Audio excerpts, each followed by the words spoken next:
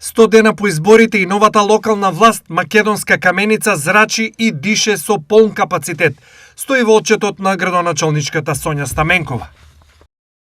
3 месеци потрошивме во исправање неправилности, расчистување заплеткани ситуации и стабилизирање на институцијата.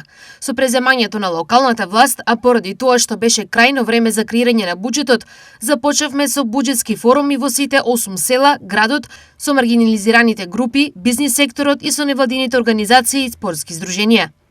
Објаснува Стаменкова.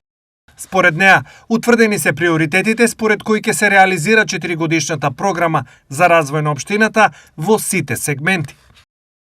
Нашата цел е сигурност и стабилност во пострударскиот период, кога и да се случи.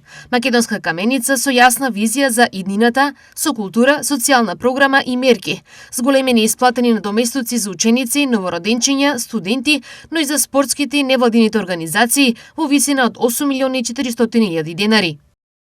Градот на рударите за прв пат издвои 3.500.000 денари за кофинансирање на услугата нега во сопствен дом, а во текот на годината ќе продолжи со помош за болни лица на лекување, поддршка за еднородителски семејства, самохрани родители и деца без родителска грижа.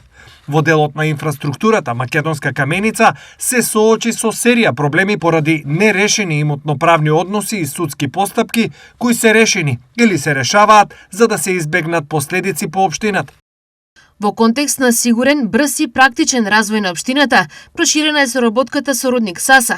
Обезбедуваме 20 милиони денари за реконструкција на здравствената станица во Македонска каменица, а предвидена и набавка на ново противпожарно возило и целосна опрема за територијалната противпожарна единица. Овие 100 дена не беа време на спектакл, беа време на ред, на исправување, на поставување систем. Стои меѓу другото во извештајот 100 дена градоначалник Сонја Стаменкова на Македонска каменица.